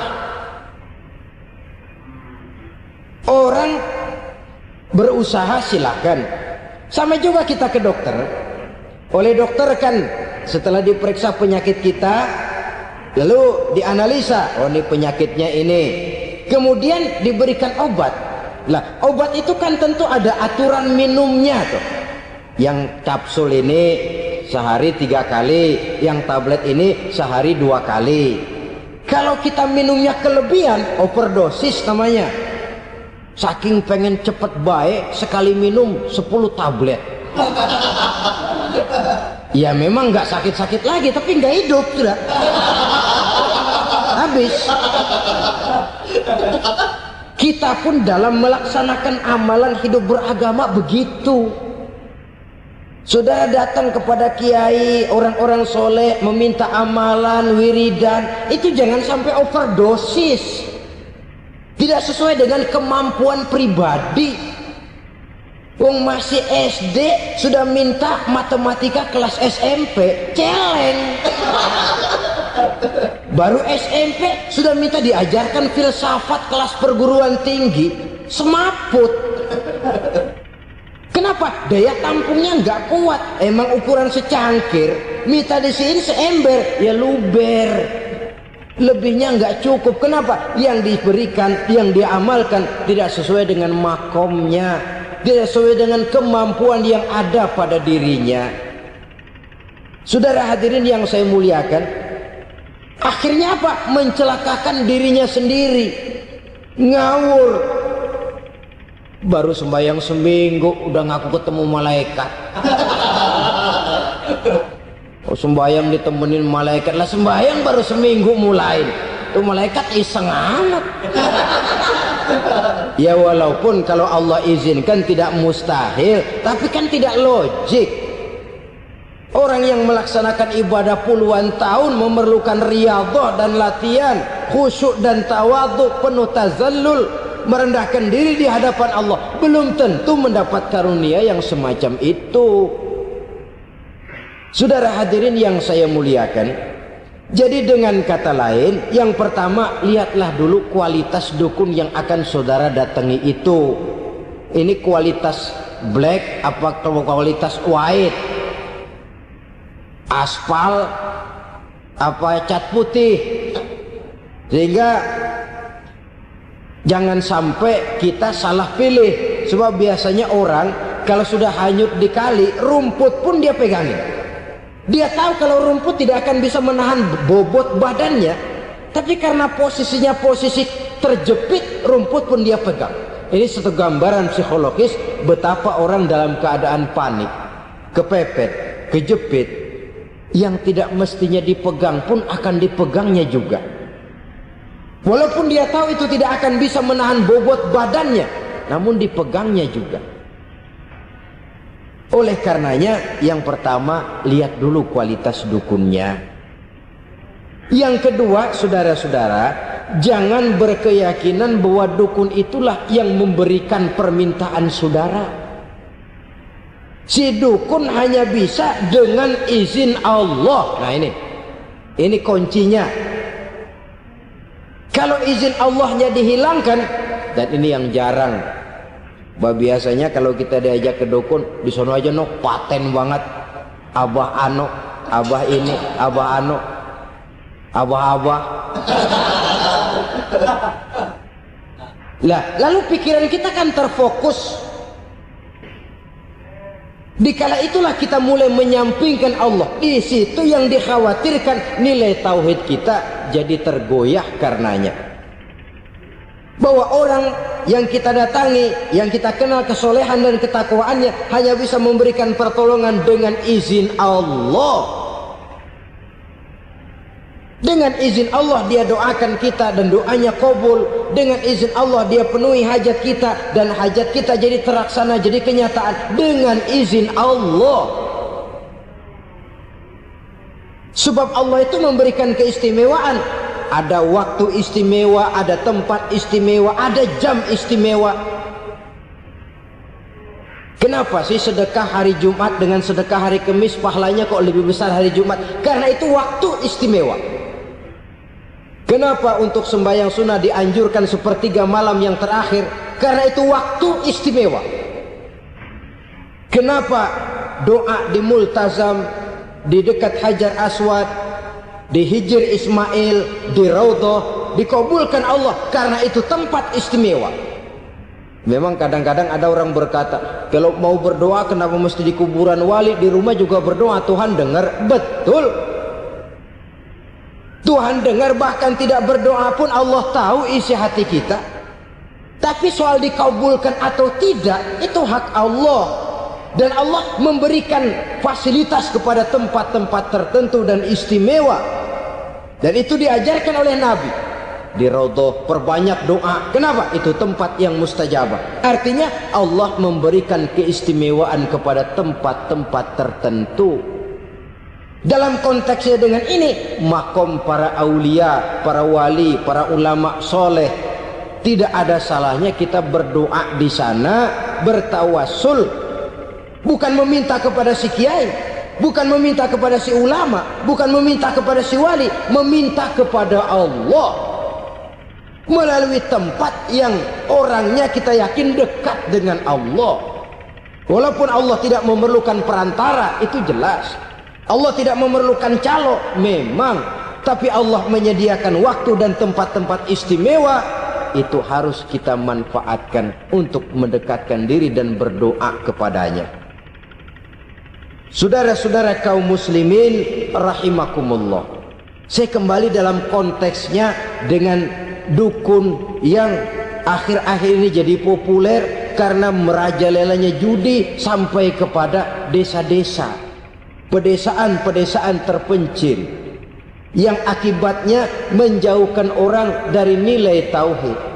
Padahal benar kalau orang berkata kadzabal munajjimun walau sodaku, tukang-tukang ramal itu bohong walaupun benar. Kalaupun betul, kebetulan. Itu maksudnya bohong walaupun betul. Betulnya betul kebetulan. Maka para remaja itu biasanya gemar kepada membaca bintang Anda minggu ini, kan begitu toh? Nah, apa Aries, apa Virgo, apa Leo dan sebagainya. Dan itu memang menarik untuk dibaca. Rezeki sebelah kulon. Asmara anget. Saudara hadirin, hal yang semacam ini boleh saja untuk dibaca, tapi tidak untuk diyakini kebenarannya. Boleh saja untuk dibaca, tapi tidak untuk diyakini kebenarannya. Karena meyakini kebenarannya sama saja dengan mendahului Allah. Dan itu bisa menggelincirkan nilai-nilai tauhid kita.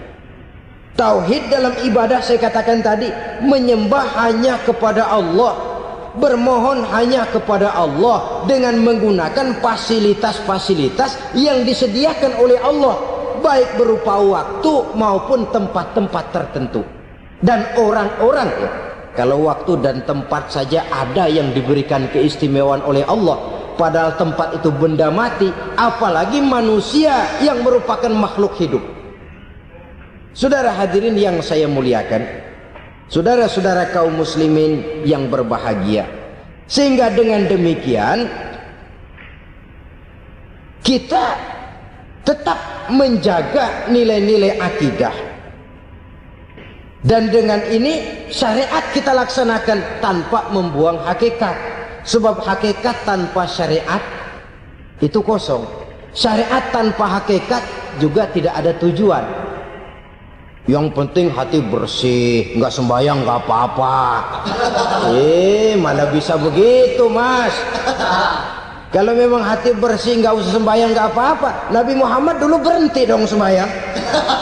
Sebab beliau orang yang hatinya paling bersih. Nah, orang yang hatinya paling bersih saja sembahyang yang nggak berhenti, masa kita lalu mau berhenti? Yang penting kan kita bisa dekat dengan Allah melalui perasaan, banyak-banyak ingat. Apa itu sembahyang? Macam-macam. itu hakikat saja tanpa syariat, ya tidak bisa. Syariat saja tanpa hakikat juga gerak lahir yang tanpa roh namanya. Kita melakukan sholat tapi kita tidak tahu untuk apa kita sholat dan kenapa kita sholat dan siapa yang kita sembah di dalam kita sholat. Sehingga dengan demikian keduanya tidak bisa terpisahkan satu sama lain, seperti halnya kulit dan isi. Barangkali pernah saya ingatkan, kulit penting, isi pun juga penting.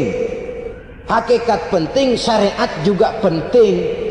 Dan kita jangan salah mengartikan, terjebak dalam ucapan-ucapan yang masih memerlukan penafsiran, sehingga lalu kita cenderung mendiskreditkan dan menjelekkan para wali. Misalnya ada ucapannya Syekh Abdul Qadir Jailani yang berkata begini, barang siapa yang masuk ke rumahku lalu ia memakan makananku, maka ia akan masuk surga. Ini kalau ucapan ini dipahami secara apa adanya, ya jelas orang bisa tergelincir. Tapi kalau ditafsirkan secara betul, siapa yang masuk ke dalam rumahku? Di mana rumah Syekh Abdul Qadir? Di mana umumnya rumah para wali? Di masjid. Jadi siapa yang masuk ke dalam rumahku? Masjid. Lah kalau sudah di dalam masjid, makanannya apa? Getuk. Tentu saja tidak. Kalau sudah di masjid itu ya makanannya ya wirid, zikir, tahajud, baca Quran, paling kurang iktikaf. Jadi siapa yang masuk ke masjid lalu dia sujud, wirid, zikir, ya jelas saja surga. Jangan membaca ucapan ini dan terus rame-rame nyari bekas rumah Syekh Abdul Qadir. Rame-rame masuk ya rumah kecil. Saudara hadirin, kita terlalu terpaku kepada materi ucapan dan melupakan filsafat daripada ucapan itu sendiri. Dalam kondisi yang sedemikian, sangat boleh jadi orang lalu tergelincir karenanya. Oleh karena itulah saudara-saudara, saya kembali kepada satu prinsip, bahwa sebenarnya dengan tidak perlu menyalahkan pihak-pihak lain, mari kita kembali kepada sikap mental kita sebagai muslim. Kalau mental memang sudah mental penjudi, apapun bisa dijudikan. Tapi kalau mental itu tidak ada, walaupun di kiri kanan dan depan belakang banyak dibuka tempat-tempat perjudian, saya yakin kita akan mampu menahan dan menjaga diri.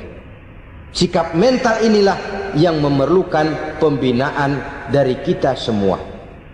Sehingga dengan demikian kita akan menjadi pribadi-pribadi yang bisa bertahan dari segala gempuran-gempuran yang datang dari luar karena adanya prinsip ketahanan mental itu tadi. Sekali lagi saya ingatkan bahwa judi selamanya tidak akan pernah mendatangkan kebahagiaan. Judi tidak akan membuat orang menjadi kaya.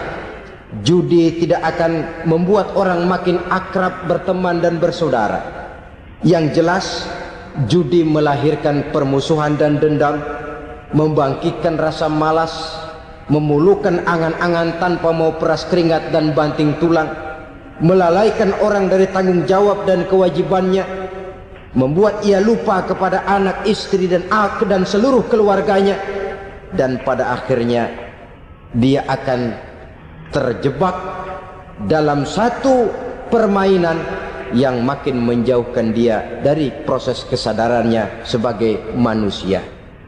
Sebagai uraian penutup, marilah kita renungi firman Allah dalam Al-Baqarah ayat 208. A'udzubillahi minasyaitonir rajim. Ya ayyuhalladzina amanu dukhulu fis silmi kafah wa la tattabi'u khutuwatis syaitan innahu lakum aduwwum mubin. Hai orang-orang yang beriman, masuklah kamu ke dalam keselamatan, masuklah kamu ke dalam Islam secara keseluruhan. Jangan kamu mengikuti jejak-jejak setan, karena setan adalah musuhmu yang nyata dan jelas. Judi termasuk jejak-jejak yang ditinggalkan oleh setan untuk diikuti oleh kita agar kita mendapatkan kesengsaraan baik di dunia, lebih-lebih di akhirat nanti.